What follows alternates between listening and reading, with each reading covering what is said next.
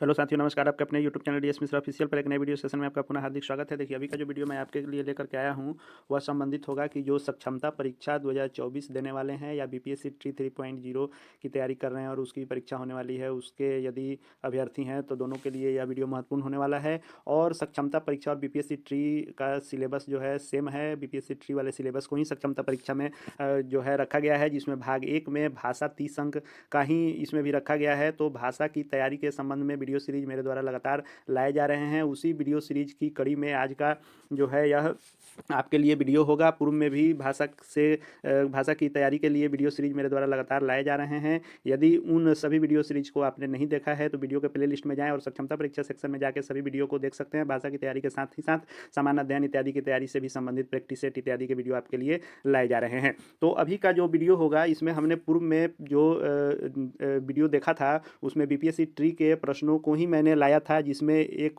जो पार्ट आया था उसमें आपको हिंदी के 26 से 50 प्रश्नों को हमने देखा था। दूसरे सीरीज में 51 से 75 तक के प्रश्नों को देखा था।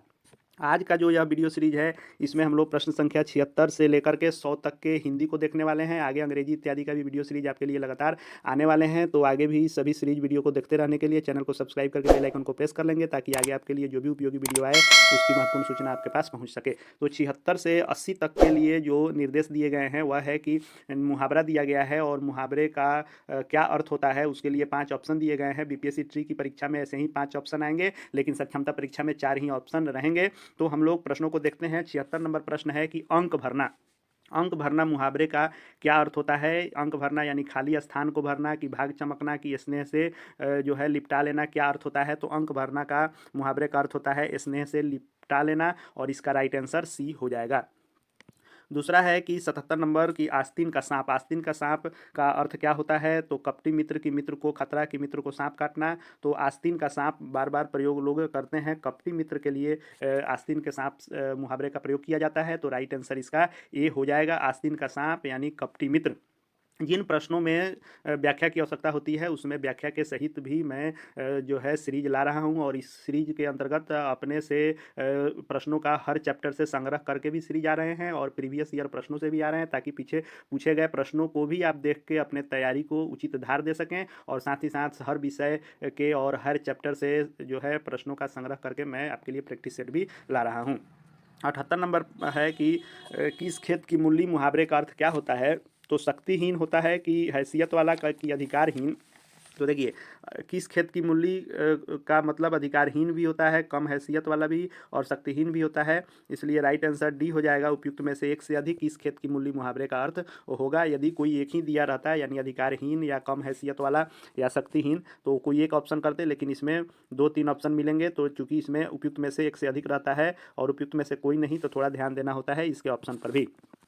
79 नंबर प्रश्न है कि घड़ों पानी पड़ना। घड़ों पानी पड़ना भी मुहावरा है, इसका अर्थ क्या होता है? तो आप ए बी सी ऑप्शन जब देखेंगे, गर्वित होना, पराजित होना, विजयी होना, तो इसमें से कोई भी आंसर नहीं आपको मिलेगा। तो उपयुक्त में से कोई नहीं इसका आंसर होगा। और यदि आंसर दिया रहता कि अत्यंत लज्जित होना, तो घड़ों पानी पड़ना का अर्थ होता है अत्यंत लज्जित होना। तो इसका राइट आंसर अत्यंत लज्जित होना होगा। चूंकि ऑप्शन में नहीं है और पांचों ऑप्शन उपयुक्त में से कोई नहीं है, इसलिए राइट आंसर ई हो जाएगा। उपयुक्त में से कोई नहीं, लेकिन इसका अर्थ होता है अत्यंत लज्जित होना। 80 नंबर प्रश्न है नाच नचाना।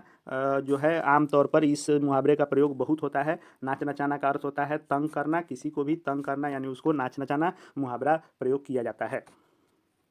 81 से 85 के लिए देखें कि क्या निर्देश है। तो दिया गया है कि जो शब्द दिए गए हैं यह शब्द जो है अशुद्ध है, और अशुद्ध शब्द के लिए जो दिए गए विकल्प में से शुद्ध शब्द हो उनको चुनना है। तो अनाधिकार दिया हुआ है, तो अनाधिकार का शुद्ध शुद्ध शब्द क्या होगा? तो अनधिकार। अधिकार से ही बना है अनाधिकार, तो अनधिकार इसका होगा। राइट आंसर ए हो जाएगा। 82 नंबर प्रश्न की बात कर लें तो जो शब्द दिया गया है परलौकिक, इसका जो है शुद्ध शब्द क्या होता है? तो यह होता है इसका राइट आंसर हो जाएगा पारलौकिक। राइट आंसर इसका बी हो जाएगा। तीनों देखने में एक ही लगेंगे, लेकिन पारलौकिक इसका सही शुद्ध शब्द होगा।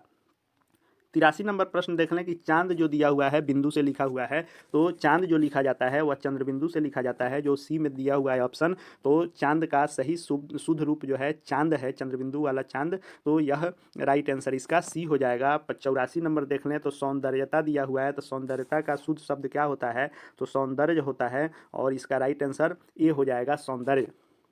85 प्रश्न को देख लें, 85 नंबर, तो जो दिया हुआ है शब्द वह अशुद्ध दिया गया है, प्रसाद दिया हुआ है, इसका राइट आंसर बी हो जाएगा। और ऐसे हिंदी में शुद्ध स्वरूप में लिखा जाता है, तो शुद्ध शब्द राइट आंसर बी हो जाएगा। प्रसाद ऐसे लिखते हैं, दंत स से और प्र लिख करके तब लिखते हैं। 86 से 90 नंबर प्रश्न को हम लोग देखना है हमको, तो हम इसका निर्देश देख लेते हैं क्या है। तो इसके लिए दिया हुआ है कि ये वाक्य दिए गए हैं और वाक्यों को पढ़ के आपको देख करके बताना है कि यह कौन सा वाक्य है, किस वाक्यों को अलग अलग जो है अति में बांटा गया है प्रकारों में, तो यह कौन से प्रकार का वाक्य है। वाक्य दिया हुआ है 86 नंबर कि उसने कहा कि मैं कल आऊँगी। इसमें कौन सा वाक्य है, सरल वाक्य है कि संयुक्त वाक्य है कि मिश्र वाक्य है। तो देखिए, सरल वाक्य जो होता है वह किसी एक उद्देश्य की प्राप्ति के लिए एक उद्देश्य के निहित जिन वाक्यों का प्रयोग करते हैं उसको सरल वाक्य कहते हैं। संयुक्त वाक्य होता है जब दो सरल वाक्य या मिश्र वाक्य या दो से अधिक होते हैं, वाक्य को जोड़ करके वाक्य बनाया जाता है, तो संयुक्त वाक्य कहते हैं। और मिश्र वाक्य उसे कहते हैं कि जब एक वाक्य में ही एक सरल वाक्य हो और उस पर एक आश्रित वाक्य हो, उसको मिश्र वाक्य कहते हैं। तो कहा है कि उसने कहा कि मैं कल आऊँगी, तो उसने कहा भी एक हो गया शब्द वाक्य, और यह हो गया सरल, और कि मैं कल आऊँगी, कि इसलिए इत्यादि लगा दिया जाता है, तो यह मिश्र वाक्य हो जाता है। तो यह राइट आंसर सी हो जाएगा कि उसने कहा कि मैं कल आऊँगी, तो यह मिश्र वाक्य है। 87 नंबर प्रश्न है कि तुम जाओ और अपने पिताजी से कहना, यह किस प्रकार का वाक्य है। तो तुम जाओ भी हो गया एक वाक्य, और अपने पिताजी से कहना भी एक वाक्य हो गया। दो सरल वाक्यों को और शब्द से जोड़ा गया है, तो तुम जाओ और अपने पिताजी से कहना, तो यह संयुक्त वाक्य हो जाएगा, यानी दो सरल वाक्यों को इसमें जोड़ा गया है। 88 नंबर प्रश्न है कि यह चित्र इस दीवार पर असंगत है, यानी जो चित्र लगाया गया वह यहाँ नहीं लगाना चाहिए था। तो किसी भी वाक्य में यदि नहीं करने, नहीं होने के सेंस में उसका बोध हो कि इसको नहीं करना चाहिए, नहीं होना चाहिए, नहीं कीजिए, तो यह निषेध किया जाता है मनाही के सेंस में। यानी इस चित्र पर, यह चित्र जो है इस दीवार पर असंगत है, मनाही किया जा रहा है कि यहाँ पर यह चित्र नहीं होना चाहिए था, तो निषेध किया जा रहा है, तो यह निषेधवाचक वाक्य होता है। 89 नंबर प्रश्न को हम लोग देख लें, तो दिया है अरे तुम यहीं खड़े हो, इसमें किस प्रकार का वाक्य है। तो देखिए, आश्चर्य बोधक होगा कि अज्ञार्थक होगा कि विस्मय बोधक होगा। तो अरे तुम यहीं खड़े हो, तो इसमें आश्चर्य भी हुआ। उसके बाद अरे तुम यहीं खड़े हो, विस्मय बोधक भी हुआ। और किसी को कहा गया कि अरे तुम यहीं खड़े हो, यानी कि उसको आज्ञा दिया जा रहा है कि हमने कहा था यहाँ नहीं खड़े रहने के लिए, अभी भी तुम यहीं खड़े हो, तो आज्ञा भी दिया जा रहा है। तो इसलिए राइट आंसर उपयुक्त में एक से अधिक हो जाएगा, यानी विस्मयाधि जो विस्मय बोधक होगा, आश्चर्य बोधक होगा और आज्ञार्थक, तीनों वाक्य यह हो सकते हैं, इसलिए इसका राइट आंसर उपयुक्त में एक से अधिक होगा। 90 नंबर प्रश्न है कि तुम सदा सुखी रहो, इसमें किस प्रकार का यह वाक्य है। तो देखिए, तुम सदा सुखी रहो, हर कोई सुखी रहना चाहता है और किसी को यह आशीर्वाद दिया जाता है, तो उसकी इच्छा होती है यह आशीर्वाद पाने की, तो इच्छार्थक वाक्य इसको कहेंगे कि तुम सदा सुखी रहो। 91 नंबर प्रश्न देखते हैं हम लोग। 91 से 95 तक प्रत्यय का प्रयोग किया गया है शब्दों में, तो जो है प्रत्यय क्या होता है इसको हम लोग जान लेते हैं। तो देखिए, उपसर्ग और प्रत्यय, तो किसी शब्द में जो पहले लग करके शब्दों का अर्थ बदल दे या उसकी विशेषता बना दे, विशेष शब्द बना दे या उसका अर्थ बदल दे, तो उसको उपसर्ग कहते हैं। और शब्द के अंतिम में, लास्ट में आकर के और जो शब्द का अर्थ बदल दे या उसमें विशेषता ला दे, उसको कहते हैं हम लोग, तो उपसर्ग पहले लगता है और जो बाद में लगता है उसके बारे में यहाँ दिया हुआ है कि उसको छांटिए कि प्रत्यय कौन सा लगा हुआ है। तो 91 नंबर है कि स्वाधीन, तो स्वाधीन में स्व जोड़ अधीन, तो यानी अधीन प्रत्यय इसमें लगा हुआ है, तो इसलिए प्रत्यय की बात कर लें तो राइट आंसर सी हो जाएगा कि स्वाधीन में अधीन प्रत्यय लगा है। 12 नंबर देख लें तो दिया है कि भूलौवल। भूलौवल में कौन सा प्रत्यय लगा हुआ है? तो जैसा कि हमने बताया कि प्रत्यय अंत में लग करके उसके अर्थ को जो है बदल देता है, तो भूल अव्वल यानी अव्वल प्रत्यय इसमें लगा है तो भूलौवल बना है। और बाद में लग करके अर्थ बदले या विशेषता तो उसी को प्रत्यय कहते हैं। पहले लगे तो उपसर्ग, तो यदि उपसर्ग पूछे तो पहले खोजते हैं कि क्या उसमें लगा है, प्रत्यय कहे तो बाद में देखते हैं कि क्या उसमें लगाया गया है। उसके बाद दिया है कि बढ़िया।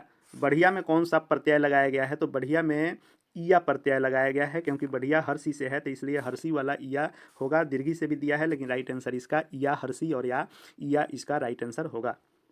94 नंबर प्रश्न देख लें, झगड़ालू में कौन सा प्रत्यय लगाया गया है? तो झगड़ा शब्द हो गया और आलू प्रत्यय इसमें लगा करके झगड़ालू बनाया गया है, यानी उसके शब्द का अर्थ ही बदला गया है। तो राइट आंसर सी हो जाएगा, झगड़ालू में आलू प्रत्यय लगा हुआ है। 95 नंबर प्रश्न की बात कर लें तो मनौती दिया है कि मनौती में कौन सा प्रत्यय लगा है? तो मनौती में औती प्रत्यय लगा हुआ है और राइट आंसर इसका नहीं, सॉरी, औती दीर्घिकार से दिया हुआ है। चूंकि यहाँ मनौती में तो में दीर्घिकार है, तो जो दीर्घिकार वाला औती है वह इसका राइट आंसर हो जाएगा। मनौती में औती प्रत्यय लगा है। इसमें अगर सेम औती औती दिया है जैसे वहाँ या दिया था, तो देख लेंगे कि हर्षिकार है प्रत्यय में कि दीर्घिकार है। तो दीर्घिकार मनौती में में दीर्घिकार है तो इसलिए औती लगेगा, लेकिन दीर्घिकार वाला ही सही होगा कि मनौती में औती प्रत्यय लगा है।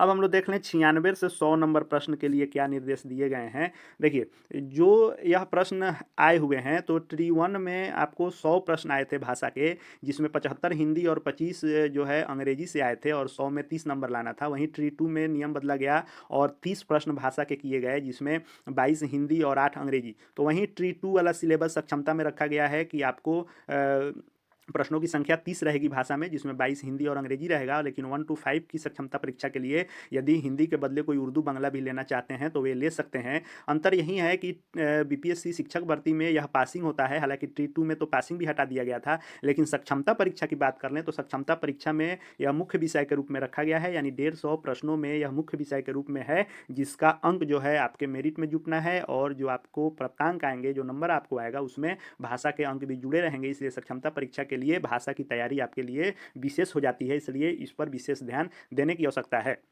तो 96 से 100 तक जो दिया है वह एक अवतरण दिया है और इस अवतरण को पढ़ लेना है कि संकटों से वीर घबराते नहीं, आपदाएं देख छिप जाते नहीं, लग गए जिस काम में पूरा किया काम काम करके व्यर्थ जो है पछताते नहीं, कठिन पथ को देखकर मुस्कुराते सदा, संकटों के बीच वे गाते सदा, है असंभव कुछ भी नहीं उनके लिए, सरल संभव कर दिखाते वे सदा। देखिए, इंग्लिश में भी दिए जाते हैं और इंग्लिश के पैसेज उसको कहते हैं, पैसेज को पढ़ के भी आंसर आपको देने रहते हैं। और हिंदी में उसको अवतरण कहते हैं, अवतरण को पढ़िए और उसका आंसर उसी में छुपा हुआ रहता है। थोड़ा सा ध्यान देके यदि अवतरण को पढ़ लेंगे तो अवतरण से प्रश्नों का जवाब देना आसान होता है, गलती कम होने की संभावना होती है। भाषा की तैयारी के लिए मैं जो है विशेष ध्यान इसलिए दे रहा हूँ कि भाषा सभी के लिए 1 से 12 के लिए अनिवार्य है और 30 नंबर यदि आप इसमें कंप्लीट कर लेते हैं तो बाकी सामान्य अध्ययन इत्यादि में थोड़ी कम भी तैयारी रहती है। तो यहाँ से आपको, अब जैसे मान लीजिए अंग्रेजी इसमें बेसिक आएगा, तो बेसिक में क्या आएगा, तो अगले सीरीज में भाषा की तैयारी सीरीज में ही मैं अंग्रेजी के भी प्रश्नों को लेकर के आने वाला हूँ कि बीपीएससी ट्री 1 ट्री 2 में कैसे अंग्रेजी के प्रश्न आए थे, सभी को लेकर के मैं आऊँगा। लेकिन यदि आप हिंदी सिर्फ एक विषय को पढ़ लेंगे तो यहाँ आपके भाषा की तैयारी हो जाती है। सामान्य अध्ययन इत्यादि में 6, 7, 8 विषयों को पढ़ने पर 40 नंबर की तैयारी होती है, बाकी आपके अपने विषय से 80 नंबर आएगा ही। तो सक्षमता के लिए मैं बार बार कह रहा हूँ कि आपको यदि 1 to 5 के लिए है तो 5 to 8 का, 6 to 8 है तो 6 to 10 का, 9, 10 है तो 9, 10 का बृहत अध्ययन और 11, 12 है तो 11, 12 का थोड़ा बृहत अध्ययन कर लेंगे तो आपके लिए सक्षमता परीक्षा निकालना आसान हो जाएगा। तो देखिए, 96 से 100 तक हमने अवतरण को पढ़ लिया। अब दिया है कि दिए गए पद्यांश के लिए उपयुक्त शीर्षक क्या होगा। तो शीर्षक अवतरण का यदि पूछता है तो अवतरण को पढ़ते हैं और यह देखते हैं कि यह है किसके बारे में, किसको उद्देशित करके यह अवतरण बनाया गया है। शीर्षक उसी से मिलता जुलता होगा। तो वीर के बारे में बताया गया है कि वीर कैसे रहते हैं, कैसे क्या करते हैं कठिन समय में, क्या, यानी वीर के ही आसपास यह पूरा अवतरण घूम रहा है, इसलिए इसके लिए शीर्षक उपयुक्त जो होगा वह वीर हो जाएगा। 97 नंबर प्रश्न देख लें कि वीर संकटों को देख करके क्या करते हैं। तो अवतरण को जब आप देखेंगे तो उसमें दिया हुआ है कि वीर घबराते नहीं हैं, लेकिन ऑप्शन है कि छिप जाते हैं, रोते हैं, सोते हैं, तो तीनों में कोई नहीं करते हैं। वह घबराते नहीं हैं, उसका जो है अति करते हैं, क्या करते हैं, सफलतापूर्वक उसका मुकाबला करते हैं किसी भी स्थिति को, इसलिए इसका राइट आंसर उपयुक्त में से कोई नहीं हो जाएगा। लेकिन वहीं अगर दिया रहता कि वीर संकट को देखकर क्या करते हैं और ऑप्शन रहता कि घबराते नहीं है, तो घबराते नहीं है आंसर हो जाता। घबराते नहीं है आंसर में नहीं दिया है, तो राइट आंसर ई हो जाएगा, यानी उपयुक्त में से कोई नहीं। 98 नंबर प्रश्न की बात कर लें तो दिया है कि वीर सभी कार्य को कैसे करते हैं, सोचते हुए कि छिपते हुए कि मुस्कुराते हुए। तो आपने अवतरण में देखा होगा कि कठिन पथ को देख देख मुस्कुराते सदा, यानी वे मुस्कुराते हुए सभी कार्यों को करते हैं, तो राइट आंसर सी हो जाएगा, मुस्कुराते हुए। 99 नंबर प्रश्न देख लें तो वीर किसे देखकर मुस्कुराते हैं, तो वीर जो है कठिन पथ को देख करके मुस्कुराते हैं। अवतरण में दिया हुआ है कि कठिन से कठिन काम को भी वे देख के मुस्कुरा के उसको करते हैं, तो राइट आंसर बी हो जाएगा। 100 नंबर प्रश्न देख लें तो दिया है कि आपदाएं शब्द का अर्थ क्या होता है, तो आपदा का अर्थ होता है विपत्ति, विपत्ति आना यानी आपदा आना, तो राइट आंसर ए हो जाएगा। देखिए यह जो है बीपीएससी ट्री 1 का प्रश्न पत्र है और इसके 3 पार्ट आ चुके हैं, जिसमें जो है 26 से मतलब 26 से 50 तक, और फिर आपको 51 से 75 तक, और यह रहा 76 से 100 तक। और इसमें जो 1 से 25 तक से तो इसमें 1 to जो है 25 इंग्लिश के प्रश्न थे, उसको भी अगले सीरीज में मैं लेकर के आऊँगा। और इसके साथ ही साथ अपने से हर चैप्टर से प्रश्नों को संग्रह करके जो परीक्षा में एकदम आ सकते हैं, उन प्रश्नों को मैं उठा करके वीडियो सीरीज भाषा की तैयारी के संबंध में मैं आपके लिए बना रहा हूँ। और साथ ही साथ बाकी सामान्य अध्ययन इत्यादि की तैयारी और सक्षमता परीक्षा, बीपीएससी ट्री, शिक्षा जगत, शिक्षक अभ्यर्थी एवं छात्रों से जुड़ी हुई हर लेटेस्ट अपडेट को देखते रहने के लिए चैनल को सब्सक्राइब करके बेल आइकन को प्रेस कर लेंगे। और साथ ही साथ हमारे Telegram channel DS Mishra official, जिसका लिंक इसके डिस्क्रिप्शन बॉक्स में है, उससे भी जुड़ जाएंगे। वहाँ भी सभी चीज़ आपको उपलब्ध होते रहेंगे। इस वीडियो को देखने के लिए आपका बहुत बहुत धन्यवाद।